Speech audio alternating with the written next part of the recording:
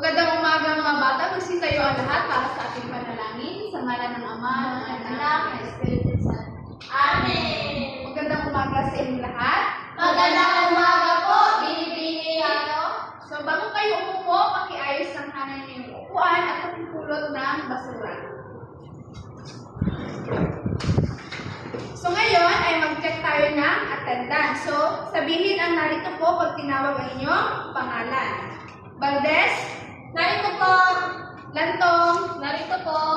Taya, Narito po. mabuti at kayong lahat ay kompleto.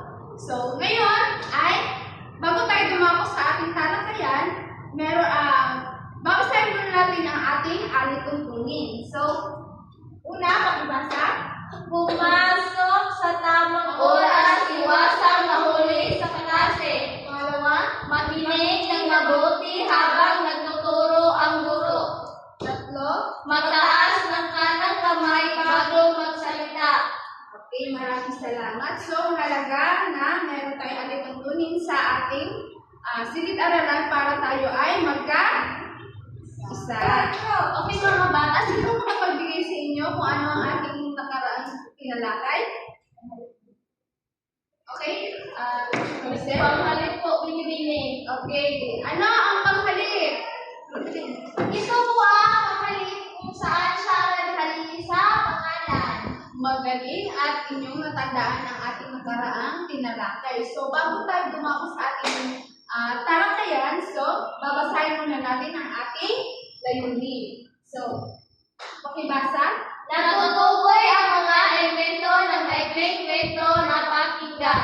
Naiugnay ang aral ng kwento sa sariling karanasan. Nakakaguhit ang mga mag-aaral ng kalarawan na nagpapakita ng kanilang pag-unawa sa konsepto. Meron ako ipapakita sa inyong larawan. Ano ang iyong napansin sa larawan ito? Rodlin? Maliwanag po ang nasa larawan. Magaling, bigyan ng palakpak si Rodlin. Ito naman.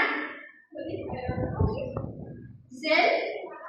Madilim po, Binibini. Magaling, Giselle. Bigyan ng malakas na palakpak si Giselle.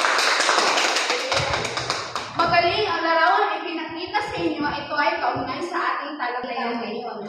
Ngayon naman ay may ibibigay ako sa inyo maikling kwento na ating babasahin.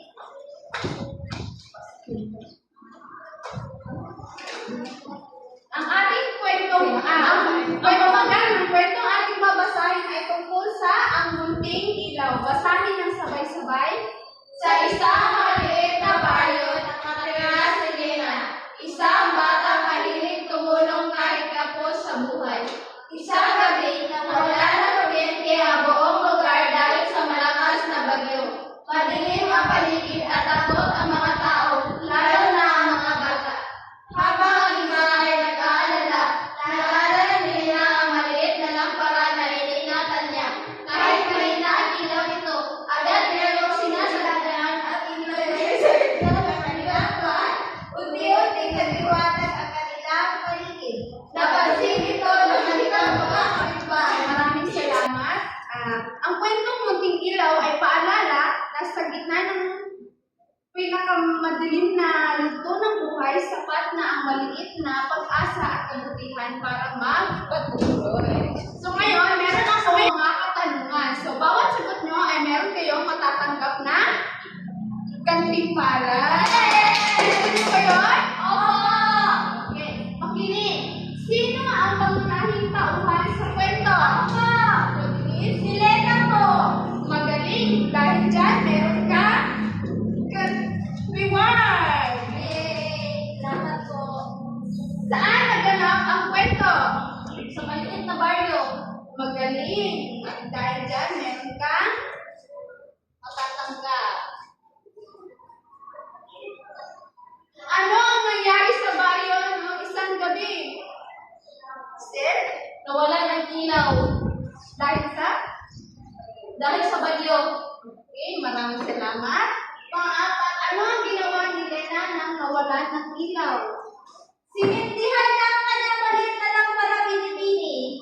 Ano ang naging reaksyon ng mga kapitbahay? Nagdala rin po sila ng Maliit na lampara. Okay, maraming salamat. So, ano naman ang inyong natutunan sa kwento? Natutunan natin sa kwento ay ang pagtutulungan sa kapwa. Magaling at naintindihan nyo ang ating kwentong binasa ngayon. So, ngayon naman ay meron tayong gagawin. So, magbibigay ako ng sitwasyon at ipaliwanag nyo kung paano nagpapakita ng munting ilaw. Handa na ba kayo? Opo, pinipili. Okay. Unang sitwasyon. May kaklase kang malungkot. Walang kausap. Ano ang iyong gagawin? Gagawin? Pupuntahan ko po upang maging masaya. Maglaro kami. Very good. Dahil dyan, meron kang nakatanggap. Sa pangatlong pangyayari, ano ang maaaring mangyari kung walang munting ilaw sa kwento? Bandes? Magiging madaling ang paligid at mawawala ng pag-asa ang mga tao sa paligid.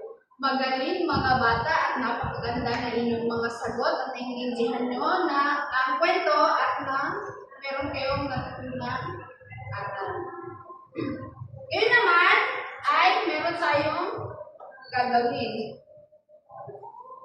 Gumuhit ng isang sitwasyon kung saan naging munting ilaw sa iba. Halimbawa, ang pagtulong sa kaklase, pagtulong sa bahay, at pagbahagi ng gamit. So, bibigyan ko kayo ng 5 minuto para gawin ang pagguhit. Sa ibaba ng guhit, sumulat ng 2 o 3 pangungusap na nagpapaliwanag kung paano sila nakatulong. Tapos na ba? Opo. Maaaring ipasa ang inyong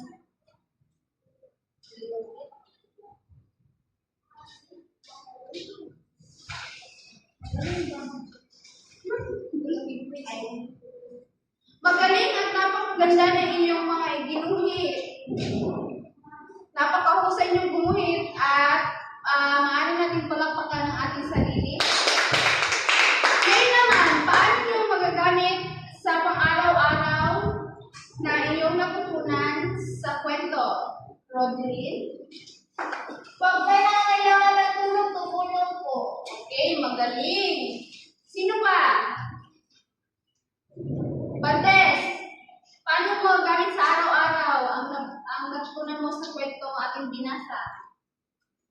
Magamit po ito sa magitan ng pag-isip ng paraan at pag-wawala hindi mawala ng pag-asa. Magaling. Ngayon, meron tayo sa sagutan. Piliin ang tamang sagot at isusulat sa inyong papel. Bibigyan ko kayo ng 5 minuto para sagutan ito. Maaari nang magsimula. Tapos na ba? Opo. Maaari ipasa ang inyong mga papel. So ngayon naman,